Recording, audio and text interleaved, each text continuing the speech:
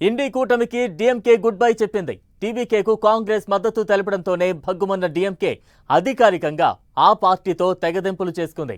భవిష్యత్తులోనూ పొత్తులు ఉండబోవని స్పష్టం చేసింది. ఇదే సమయంలో లోక్సభలో ప్రత్యేక సీట్లు కేటాయించాలని స్పీకర్కు డీఎంకే లేఖ రాసింది. కాంగ్రెస్ ఎంపీలతో కలిసి కూర్చోబోవని చెబుతోంది. 2 రోజుల క్రితమే కాంగ్రెస్కు ఖడీఫ్ చెప్పేసింది డీఎంకే. టీవీకే పార్టీకి కాంగ్రెస్ మద్దతు ఇవ్వడంపై ఫైర్ అయింది. కాంగ్రెస్ పొత్తు ధర్మం పాటించలేదన్న డీఎంకే ఆ పార్టీ 5 సీట్లు గెలవడానికి తామే కారణమని వ్యాఖ్యానించింది. అధికార దాహంతోనే కాంగ్రెస్ జతకట్టిందని, కష్ట సమయంలో కాంగ్రెస్ ను ఆదుకుంటే వెన్నుపోటు పొడిచిందని మండిపడింది.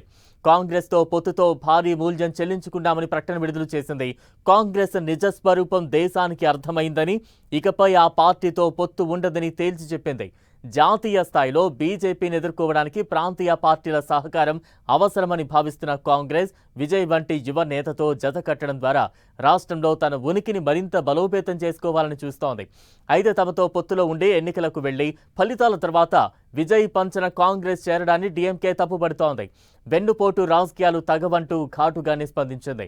కాంగ్రెస్తో భవిష్యత్తులో ఎలాంటి పొత్తులు పెట్టుకోబోమని స్పష్టం చేసింది డీఎంకే.